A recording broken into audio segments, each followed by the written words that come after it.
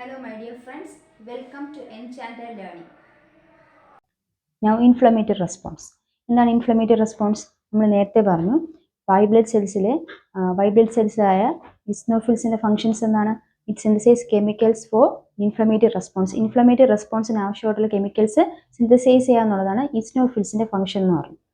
ഇനി എന്താണ് inflammatory response എന്ന് പറഞ്ഞാൽ നമ്മൾ പറഞ്ഞ ഒരു when a wound occurs that part of the body swells അല്ലെങ്കിൽ that part swells ആ പാർട്ട് എന്തെങ്കിലും സ്വെല്ല് ചെയ്യും. അപ്പോൾ അതിനാണ് ഇൻഫ്ലമേറ്ററി റെസ്പോൺസ് എന്ന് പറയുന്നത്. അപ്പോൾ ഇൻഫ്ലമേറ്ററി റെസ്പോൺസ് ഏതൊക്കെ രീതിയിലാണ് ഉണ്ടാകുന്നത് വെച്ചാൽ ഫസ്റ്റ് ഒരു when a wound occurs in your body certain chemicals are produced by air. അപ്പോൾ ഒരു wound സൈറ്റിൽ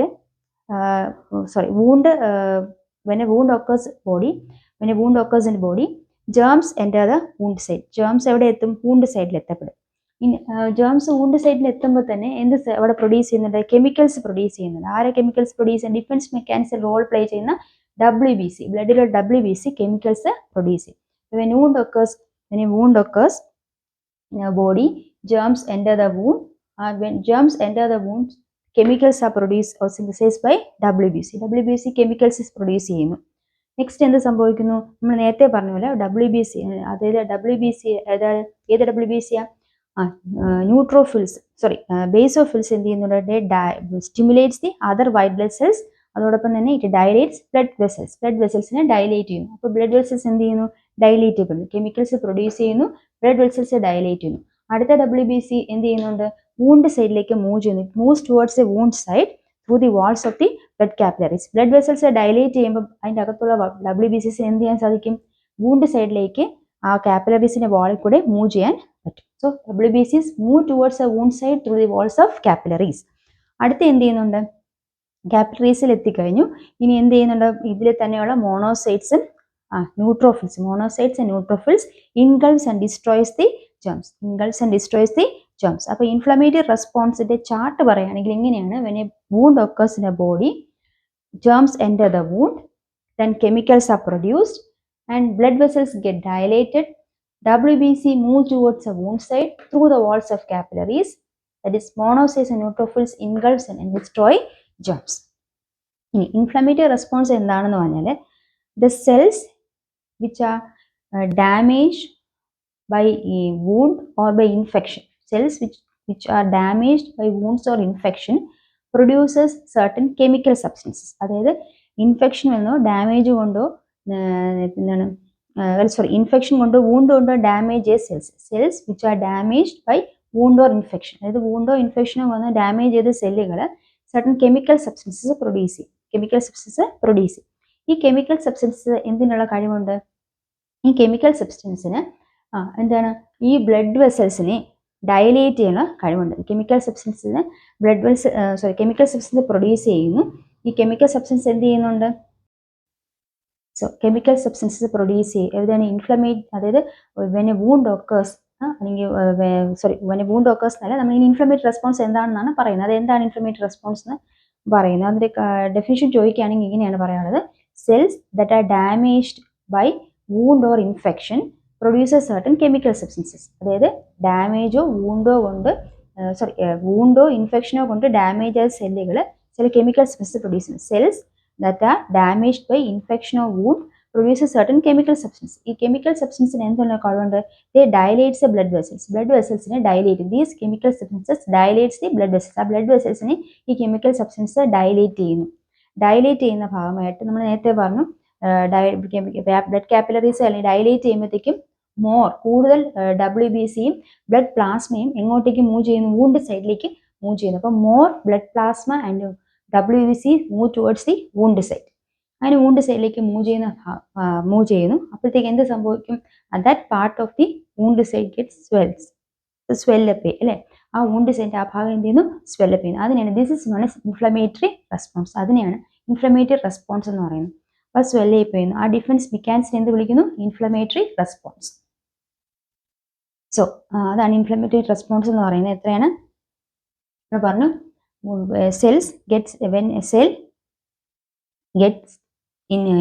when a cell gets damaged by wound or infection, these cells produce certain chemical substance, and these chemical substance dilates the blood capillaries dilate ചെയ്യുന്നു. അപ്പം this increases the blood flow കൂടുന്നു. അതിന്റെ ഭാഗമായിട്ട് more blood plasma and more WBC move towards the wound siteലേക്ക് blood plasmയും WBC കൂടുതലായിട്ട് move ചെയ്യുന്നു. And then that part of the body swell up. So this defense mechanism is known as inflammatory response. So അപ്പോൾ എന്താണ് inflammatory response എന്ന് clear ആയല്ലോ. inflammatory response ഇത്രയേ ഉള്ളൂ. എന്താണ് when cell gets damaged by wound or infection, these cells produce certain chemical substances. These chemical substances dilate the blood capillaries or blood vessels, and as a result of there occurs increased flow of blood കൂടുതലായിട്ട് flow ചെയ്യുന്നു. Blood കൂടുതലായിട്ട് flow ചെയ്യുമ്പോഴത്തേക്കും blood plasma and more WBC move towards the wound site, and this is the reason for swelling of the wound site, and this defense mechanism is known as inflammatory response. എന്താണെന്ന് മനസ്സിലായല്ലോ. അപ്പോൾ inflammatory response defence mechanism ആണ്. ആ defence മെക്കാനിസത്തിലൂടെ blood വഴി germs ബോഡിയിലേക്ക് enter ചെയ്യുന്നത് blood തടയുന്നു. അതാണ് ഇവിടെ നമ്മൾ പറഞ്ഞത്. നെക്സ്റ്റ് നമ്മൾ പഠിക്കാൻ പോകുന്നത് ഇൻഫ്ലമേറ്ററി റെസ്പോൺസ് ക്ലിയർ ആയെന്ന് വിചാരിക്കുന്നു. അപ്പോൾ അടുത്ത പഠിക്കാൻ പോകുന്നത് ഫാഗോസൈറ്റോസിസ് ആണ്. അതായത് ഫാഗോസൈറ്റോസിസ്. എന്താണ് ഫാഗോസൈറ്റോസിസ്? ഫാഗോസൈറ്റോസിസ് എന്ന് പറഞ്ഞാൽ the term phago means to engulf. Phago എന്ന് പറയുന്നതാണ് ടു ഇൻഗൾഫ്. ഫാഗോ എന്ന് പറഞ്ഞാൽ ടു ഇൻഗൾഫ് എന്നാണ് അർത്ഥം. സൈറ്റ് എന്ന് പറഞ്ഞാൽ സെൽ എന്നാണ്. അപ്പോൾ ഫാഗോസൈറ്റോസിസ് എന്ന് പറഞ്ഞാൽ എന്താണ്? ദ പ്രോസസ് ഓഫ് ആ സെല്ലിൻ്റെ ഒരു പ്രോസസ്സാണ്. ഇൻഗൾഫിങ് ആൻഡ് ഡിസ്ട്രോയിങ് ദ ജേംസിനെ ഇൻഗൾഫ് ചെയ്ത് ഡിസ്ട്രോയ് ചെയ്യുന്ന സെല്ലിൻ്റെ ഒരു പ്രോസസ്സിനെയാണ് വിളിക്കുന്നത് ഫാഗോസൈറ്റോസിസ്. എന്താണ്? ഫാഗോ എന്ന വാക്കിൻ്റെ അർത്ഥം to engulf. Phago means to engulf, cyte means cell. അപ്പോൾ എന്താണ് phagocytosis means? It is a process of cell അല്ലേ? സെല്ലിൻ്റെ ഒരു പ്രോസസ്സാണ്. It is a process of cell that is എന്താണ് ആ സെല്ലിൻ്റെ പ്രോസസ്സ് എന്ന് പറയുന്നത്? To engulf and destroy germs, അല്ലെങ്കിൽ ജേംസോ എന്തെങ്കിലും ബാക്ടീരിയ എന്തെങ്കിലും ശരീരത്തിനുള്ളിലേക്ക് കടന്നാൽ അതിനെ ഇൻഗൾഫ് ചെയ്ത് അതിനെ ഉള്ളിലേക്ക് വലിച്ചെടുത്ത് ഡിസ്ട്രോയ് ചെയ്യുന്ന സെല്ലിൻ്റെ ഫംഗ്ഷനാണ് അല്ലെങ്കിൽ സെല്ലിൻ്റെ ആ പ്രോസസ്സിനെ വിളിക്കുന്ന പേരാണ് ഫാഗോസൈറ്റോസിസ്. അപ്പം phagocytosis is a process of engulfing and destroying germs. അപ്പോൾ ഈ പ്രധാനമായിട്ട് ഫാഗോസൈറ്റസിൽ ഫംഗ്ഷൻ ചെയ്യുന്ന ഫാഗോസൈറ്റസിന് ഫംഗ്ഷൻ പെർഫോം ചെയ്യുന്ന WBC ഏതൊക്കെയാണെന്ന് വെച്ചാൽ monocytes and neutrophils. WBCs, monocytes and neutrophils are the phagocytosis. Phagocytes. WBCസിലേക്ക് monocytes and neutrophils are phagocytes. അപ്പോൾ phagocytes എന്താണെന്ന് മനസ്സിലായല്ലോ. ബാക്ടീരിയ ഇൻഗൾഫ് ചെയ്ത് അല്ലെങ്കിൽ ബാക്ടീരിയ ജേംസ് എന്തിനായാലും അത് ഇൻഗൾഫ് ചെയ്ത് ഡിസ്ട്രോയ് ചെയ്യുന്ന സെല്ലുകളെ വിളിക്കുന്ന പേരാണ് ഫാഗോസൈറ്റ്സ്. ഇവിടെ തന്നെ WBCയിൽ മോണോസൈറ്റ്സും ന്യൂട്രോഫിൽസുമാണ് ഫാഗോസൈറ്റ്സ് എന്ന് പറയുന്നത്. അപ്പോൾ എങ്ങനെയാണ് ഈ സെൽസ് ഫാഗോസൈറ്റോസിസ് നടക്കുന്നത് എന്ന് വെച്ചാൽ, ഫസ്റ്റ് സെല്ലിനുള്ളിലേക്ക് ഒരു പാത്തജൻ എൻ്റർ ചെയ്യുന്നു. ഈ സെല്ലെന്ന് പറഞ്ഞാൽ മോണോസൈറ്റ് ആകാം, വൈറ്റ് ബ്ലഡ് സെൽസിലെ മോണോസൈറ്റ്സ് ആകാം, ന്യൂട്രോഫിൽ ആകാം. ഇതിന് മാത്രമേ ഫാഗോസൈറ്റോസിസ് എന്ന് പറയുന്ന ആ ഒരു പ്രോസസ്സ് ചെയ്യാനുള്ള കഴിവുള്ളൂ. അപ്പോൾ എന്ത് സംഭവിക്കും? ഈ പാത്തജൻസ് സെല്ലിലേക്ക് എൻ്റർ ചെയ്താൽ, when pathogens enter the cell, ഉടനെ തന്നെ എന്ത് സംഭവിക്കുന്നുണ്ട്? ഈ സെല്ല് ആ ബാക്ടീരിയ അല്ലെങ്കിൽ പാത്തജനെ ഇൻഗൾഫ് ചെയ്യുന്നു. ഈ cells engulfs bacteria or pathogens enter the cell. സെല്ലിലേക്ക് എൻ്റർ ചെയ്ത പാത്തജനെ ഇൻഗൾഫ് ചെയ്യുന്നു. പാത്തജൻ മീൻസ് അത് ബാക്ടീരിയ ജേംസ് ആരാ. അപ്പോൾ അതിനെ എന്ത് ചെയ്യുന്നു? ഇൻഗൾഫ് ചെയ്യുന്നു, ഉള്ളിലേക്ക് വലിച്ചെടുക്കുന്നു.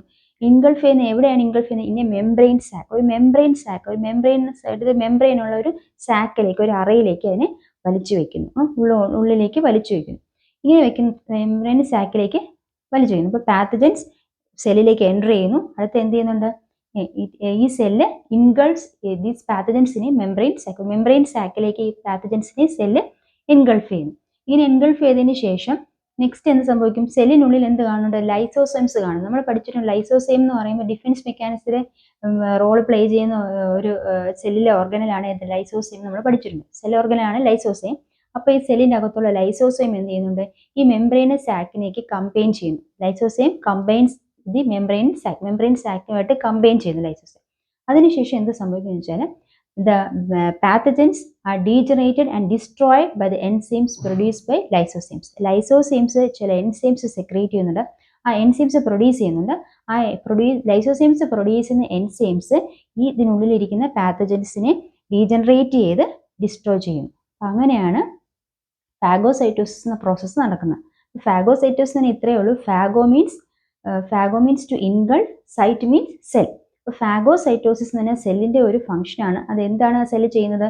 Process of engulfing and destroying the germs. Process of engulfing and destroying the germs അല്ലേ. അപ്പോൾ WBCs mainly monocytes and neutrophils are phagocytes. ഇനി ആ പ്രോസസ്സ് എങ്ങനെ ചെയ്യുന്നു വെച്ചാൽ pathogens enter the cell. when pathogens enter the cell engulfs the pathogens in a membrane sac. Cell എന്ത് ചെയ്യുന്നുണ്ട്? പാത്തജൻസിനെ membrane സാക്കിലേക്ക് engulf ചെയ്യുന്നു. Then the lysosomes are present in cell. These lysosomes combines with the membrane sac. And the fourth step is that the pathogens are degenerated and destroyed.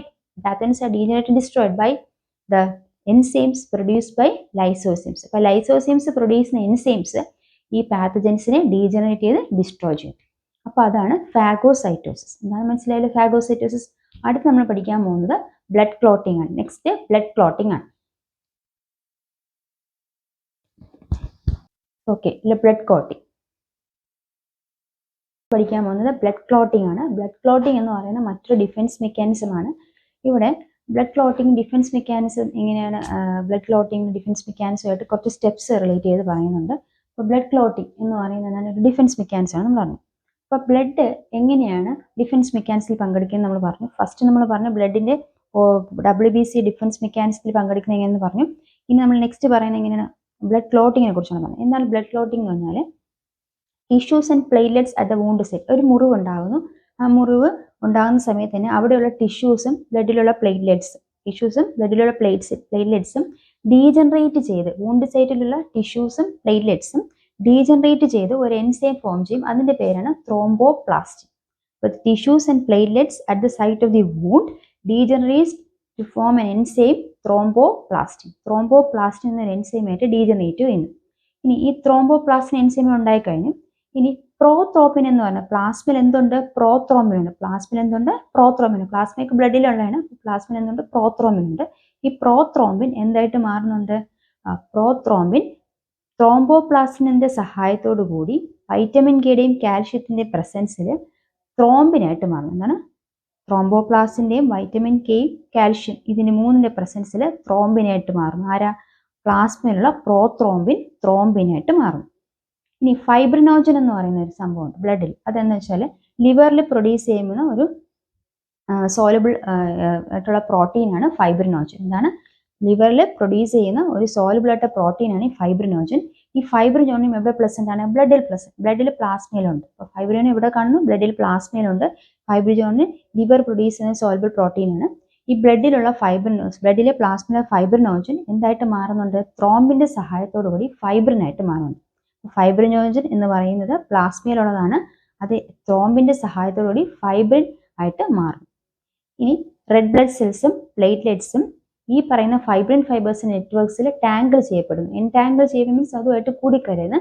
അതിന്റെ ഭാഗമായിട്ടാണ് clot form ചെയ്യുന്നത്. അപ്പോൾ red blood cells and platelets entangle with the network of fibrin fibres to form the clot, blood clot. മനസ്സിലായി? അപ്പോൾ എന്താ ഇത്രയും മനസ്സിലായാലോ? Blood clotting എന്ന് പറഞ്ഞ ഡിഫൻസ് മെക്കാനിസം ആണ്. അതിന് 2-3 സ്റ്റെപ്സ് ഉണ്ട്. അത് ആദ്യം എന്ത് സംഭവിക്കുന്നത്? ബ്ലഡ് ക്ലോട്ട് എങ്ങനെയാണ് നടക്കുന്നത്? ബ്ലഡ് ക്ലോട്ട് ഒരു ഡിഫൻസ് മെക്കാനിസം ആണെന്ന് പറഞ്ഞാൽ ബ്ലഡ് ക്ലോട്ട് വഴി എന്ത് ചെയ്യുന്നുണ്ട്? ഫർദർ ജേംസിനെ എന്ത് ചെയ്ത് തടയും. അപ്പോൾ എങ്ങനെയാണ് ബ്ലഡ് ക്ലോട്ടിങ് ഫസ്റ്റ് ഉണ്ടാകുന്ന സമയത്ത് ഫസ്റ്റ് ടിഷ്യൂസ് ബ്ലഡ് ക്ലോട്ടിങ് എങ്ങനെ ഉണ്ടാകുന്ന വെച്ചാൽ കുറച്ച് സ്റ്റെപ്സ് ഫോളോ ചെയ്യുന്നുണ്ട്. എന്താ? ഫസ്റ്റ് ടിഷ്യൂസും പ്ലേറ്റ്ലെറ്റ്സും വൂണ്ട് സൈറ്റിലുള്ള ടിഷ്യൂസും പ്ലേറ്റ്ലെറ്റ്സും അല്ലേ? ടിഷ്യൂസ് അറിയാലോ, സെല്ല് ഒന്നിച്ച് വന്നാൽ ടിഷ്യൂ ഫോം ചെയ്യുന്നത്. അതുപോലെ പ്ലേറ്റ്ലെറ്റ്സ് എന്ന് പറയുന്നത് ബ്ലഡിലുള്ള കണ്ടന്റ്. അപ്പം പ്ലേറ്റ്ലെറ്റ്സും ടിഷ്യൂസും ഇവിടെ ഉണ്ട്, വൂണ്ട് സൈറ്റിൽ ഉണ്ട്.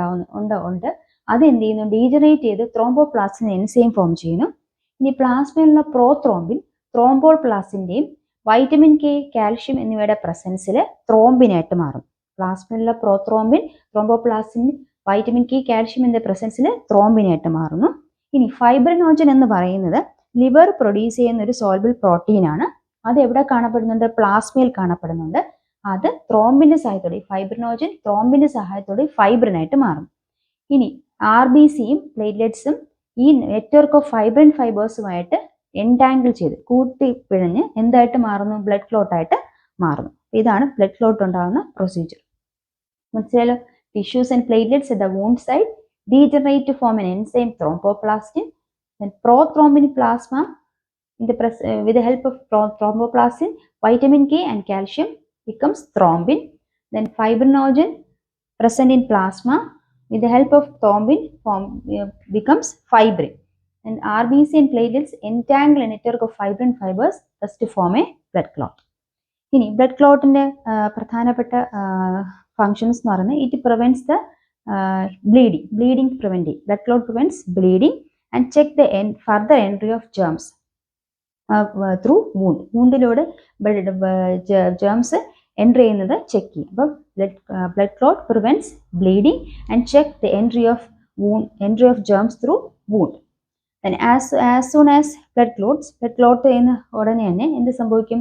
The process of healing also starts. അപ്പം ബ്ലഡ് ക്ലോട്ട് നടന്ന ഉടനെ തന്നെ ഹീലിംഗ് പ്രോസസ്സ്, അതായത് വൂണ്ടിന്റെ healing of the wound also begins to start.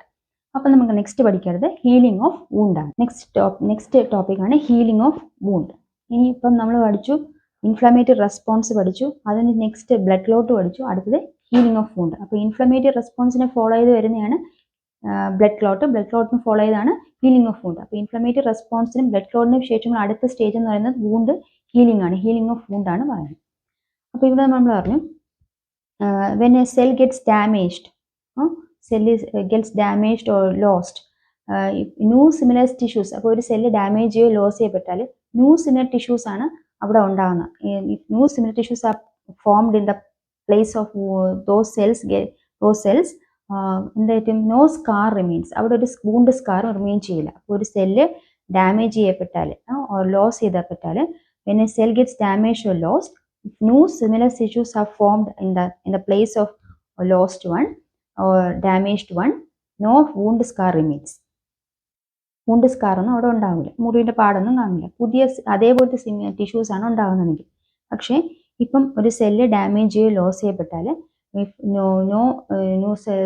Connective tissue ആണ് അവിടെ വൂണ്ട് ഹീലിംഗ് നടത്തുന്നതെങ്കിൽ, if connective tissue heals the wound പ്രോസസ്സിൽ കണക്റ്റീവ് ടിഷ്യൂ ആണ് അവിടെ പങ്കെടുക്കുന്നതെങ്കിൽ wound scar remains, wound scar അവിടെ റിമെയിൻ ചെയ്യുന്നു. അപ്പം if a cell gets damaged or lost, if connective tissue heals the wound, then wound scar remains, അവിടെ wound scar remain ചെയ്യും. അപ്പം എവിടെയാണ് സെല്ല് ഡാമേജ് ചെയ്യോ ലോസ് ചെയ്യപ്പെടുകയോ ചെയ്താൽ അവിടെ ന്യൂ സിമിലർ ടിഷ്യൂസ് ആണ് ഫോം ചെയ്യുന്നതെങ്കിൽ wound scar no wound scar will be there.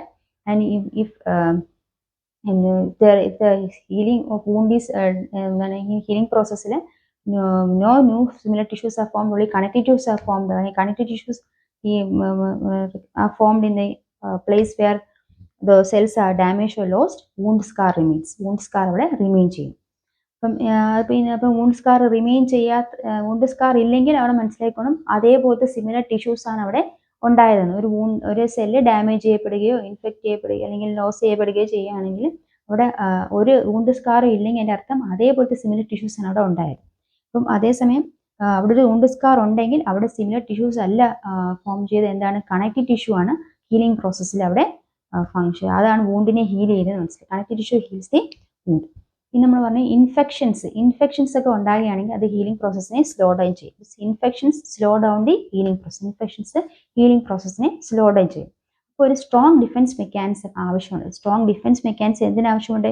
Healing പ്രോസസ്സിനെ ആക്സലറേറ്റ് ചെയ്യാനും അതുവഴി ഇൻഫെക്ഷൻസിനെ റെഡ്യൂസ് ചെയ്യാനും. Strong defence mechanism is required for strong defence mechanism accelerates the healing process and thereby reduces the chance of infection. അങ്ങനെ ഇൻഫെക്ഷൻ്റെ chance കുറയ്ക്കുന്നു. Healing process ഫാസ്റ്റായിട്ട് നടക്കുകയാണ്, സ്ട്രോങ് ഡിഫൻസ് മെക്കാനിസം ഉള്ളെങ്കിൽ ഹീലിംഗ് പ്രോസസ്സ് ഫാസ്റ്റായിട്ട് നടക്കുന്നു. അതനുസരിച്ച് ഇൻഫെക്ഷൻസ് കുറയ്ക്കാനുള്ള ചാൻസ് അവിടെ കൂടും. It reduces the chance of infection chances അവിടെ കുറയ്ക്കുന്നു. അതാണ് ഹീലിംഗ് ഓഫ് വൂണ്ടിൽ നമ്മൾ പറഞ്ഞു. ഇൻഫ്ലമേറ്ററി റെസ്പോൺസിനും ബ്ലഡ് ക്ലോട്ടിനും ശേഷമുള്ള നെക്സ്റ്റ് സ്റ്റേജ് എന്ന് പറയുന്നത് ഹീലിംഗ് ഓഫ് വൂണ്ട് ആണ്. When a cell gets damaged or lost, new similar tissues are formed in that place, then we can say that no wound scar doesn't remain there. So if the cells are if those cells are replaced by connective tissues in the healing process, then wound scar remains. wound scar അവിടെ ഉണ്ടാകുന്നു. അപ്പോൾ നമുക്ക് connective tissues ആണ് അവിടെ replace ചെയ്ത് healing പ്രോസസ്സിൽ function ചെയ്യുന്നത് നമുക്ക് മനസ്സിലാകും. അപ്പം അവിടെ വൂണ്ട് സ്കാർ ഉണ്ടായത് അതുകൊണ്ടാണ്. നമ്മൾ പറഞ്ഞാൽ ഇൻഫെക്ഷൻസ് ഒന്നും ഹീലിംഗ് പ്രോസസ്സിനെ സ്ലോ ഡൗൺ ചെയ്യുന്നു, അതുകൊണ്ട് ഒരു സ്ട്രോങ് ഡിഫൻസ് മെക്കാനിസം അതിനെ എന്ത് ചെയ്യാൻ പറ്റുള്ളൂ, ഹീലിംഗ് പ്രോസസ്സിനെ ആക്സിലേറ്റ് ചെയ്യാനും and thereby it can reduce the chance of infection. Okay, no ഫീവറിനെ കുറിച്ചാണ് പഠിക്കാൻ പോകുന്നത്. അത് ഫീവർ എന്ന് പറയുന്ന ഒരു ഡിഫൻസ് മെക്കാനിസമാണ്. ഫീവർ എന്ന് പറയുന്നതാണ് ഒരു ഡിഫൻസ് മെക്കാനിസമാണ്. എങ്ങനെയാണെന്ന് വെച്ചാൽ നമ്മൾ നോർമൽ ബോഡി ടെമ്പറേച്ചർ എന്ന് പറഞ്ഞാൽ എത്രയാണ്? Normal body temperature 37 degree Celsius അല്ലെങ്കിൽ എത്രയാണ്? 98.6 ഡിഗ്രി ഫാരൻഹീറ്റ് ആണ്. നോർമൽ ബോഡി ടെമ്പറേച്ചർ എന്ന് പറഞ്ഞാൽ 37 ഡിഗ്രി സെൽഷ്യസ് അല്ലെങ്കിൽ 98.6 ഡിഗ്രി ഫാരൻഹീറ്റ് ആണ്. ഇനി ഫീവർ എന്നൊരു ഡിഫൻസ് മെക്കാനിസമാണ്. എങ്ങനെയാണ് ഫീവർ ഡിഫൻസ് മെക്കാനിസം ആണെന്ന് പറയുന്നതാണ്? എന്താണ് ഫീവർ എന്ന് ആദ്യം മനസ്സിലാക്കാം. അതായത് normal body temperature 37 degree Celsius അല്ലെങ്കിൽ 98.6 ഡിഗ്രി ഫാരൻഹീറ്റ് ആണെന്ന് പറയും. അപ്പോൾ when the temperature body temperature rises above the normal ലെവലിന് മുകളിൽ ബോഡി ടെമ്പറേച്ചർ റൈസ് ചെയ്ത് that conditions known as fever. അപ്പോൾ fever is a condition in body temperature rises to its rises above the normal level. When body temperature rises above the normal level, that condition is said to be fever. ആ fever എന്ന കണ്ടീഷന് പറയുന്നു. ഇനി fever എന്ന condition എങ്ങനെയൊക്കെയാണ് fever വരുമ്പോൾ body ഏത് രീതിയിലാണ് defence മെക്കാനിസത്തിൽ എങ്ങനെയൊക്കെയാണ് ഫീവർ വരുമ്പോഴത്തേക്കും ബോഡി ഏത് രീതി ഡിഫൻസ് മെക്കാനിസം, ഫീവർ എന്ന് പറഞ്ഞാൽ ഡിഫൻസ് മെക്കാനിസം ബോഡിയുടെ, അത് എങ്ങനെയാണെന്നാണ് നമുക്ക് പഠിക്കാൻ പോകുന്നത്. അപ്പോൾ നമ്മളൊരു നോർമൽ ബോഡി ടെമ്പറേച്ചറിന് എബോ റൈസ് ചെയ്യുമ്പോഴാണ് വരുന്ന കണ്ടീഷനാണ് ഫീവർ എന്ന് പറയുന്നത്. അപ്പോൾ ബോഡി ടെമ്പറേച്ചർ എബോ ആവണമെങ്കിൽ, നോർമൽ കട്ട് എബോ ആവണമെങ്കിൽ അതിൻ്റെ അർത്ഥം എന്താണ്? ബോഡിക്ക് എന്താണ് ഹാംഫുൾ ആയിട്ടുള്ള എന്തൊരു സബ്സ്റ്റൻസ് ബോഡിയിലേക്ക് എൻട്രി ചെയ്തു എന്നാണ് അർത്ഥം. അതായത് പാത്തജൻസിന്റെ എൻട്രിയാണ് അവിടെ ബോഡി ടെമ്പറേച്ചർ റേസ് ചെയ്യാനുള്ള കാരണം എന്ന് മനസ്സിലാക്കാം. അപ്പോൾ ആദ്യം മനസ്സിലാക്കുന്നത്, അപ്പം ബോഡിയിലേക്ക് എന്ത് എൻട്രി ചെയ്തിട്ടുണ്ടാകും? പാത്തജൻസ് എൻട്രി ചെയ്തിട്ടുണ്ട്. പാത്തജൻസ് ബോഡിയിലേക്ക് എൻട്രി ചെയ്തു. പാത്തജൻസ് ബോഡിയിലേക്ക് എൻട്രി ചെയ്യുന്നപ്പോൾ പാത്തജൻസ് ഉടനെ എന്ത് ചെയ്യുന്നുണ്ട്? അതിന്റെ ശരീരത്തിലുള്ള ടോക്സിൻസ് പ്രൊഡ്യൂസ് ചെയ്യുന്ന ബോഡിക്ക്. അപ്പോൾ these pathogens enter the body, they produce certain toxins. ആ പാത്തജൻസ് ബോഡിയിലേക്ക് എൻട്രി ചെയ്ത ഉടനെ തന്നെ ടോക്സിൻസ് പ്രൊഡ്യൂസ് ചെയ്യും. ടോക്സിൻസ് പ്രൊഡ്യൂസ് ചെയ്യുമ്പോൾ ആ ടോക്സിൻസിനെ എന്ത് ചെയ്യുന്നു? ടോക്സിൻസ് അത് WBC എന്ത് ചെയ്യുന്നു? WBC ആണ് ഡിഫൻസ് മെക്കാനിസം പങ്കെടുക്കുന്നത്. WBC എന്ത് ചെയ്യുന്നുണ്ട്? അത് സ്റ്റിമുലേറ്റ് ചെയ്യുന്നുണ്ട്. ഈ WBC സ്റ്റിമുലേറ്റ് ചെയ്യപ്പെടുമ്പോൾ അത് എന്ത് പ്രൊഡ്യൂസ് ചെയ്യുന്നു? സർട്ടൻ കെമിക്കൽ സബ്സ്റ്റൻസ് പ്രൊഡ്യൂസ് ചെയ്യുന്നു. WBC സ്റ്റിമുലേറ്റ് ചെയ്യപ്പെടുമ്പോൾ അത് ഓട്ടോമാറ്റിക്കലി എന്ത് പ്രൊഡ്യൂസ് ചെയ്യുന്നു? കെമിക്കൽ സബ്സ്റ്റൻസ് പ്രൊഡ്യൂസ് ചെയ്യുന്നു. ഈ കെമിക്കൽ സബ്സ്റ്റൻസ് ആണ് ഈ ബോഡി ടെമ്പറേച്ചർ റേസ് ചെയ്യാനുള്ള പ്രധാന കാര്യം. These chemical substance produce by WBC raises the body temperature. ഈ ബോഡി ടെമ്പറേച്ചറിനെ അത് ഈ കെമിക്കൽ സബ്സ്റ്റൻസ് റേസ് ചെയ്യുന്നു. അങ്ങനെ chemical substance body temperature raise ചെയ്യുമ്പോൾ അതിന്റെ ഭാഗമായിട്ട് ബോഡി ടെമ്പറേച്ചർ റേസ് ചെയ്യുമ്പോൾ അവിടെ പാത്തജൻസിന്റെ മൾട്ടിപ്ലിക്കേഷൻ നടക്കുമോ? ഇല്ല.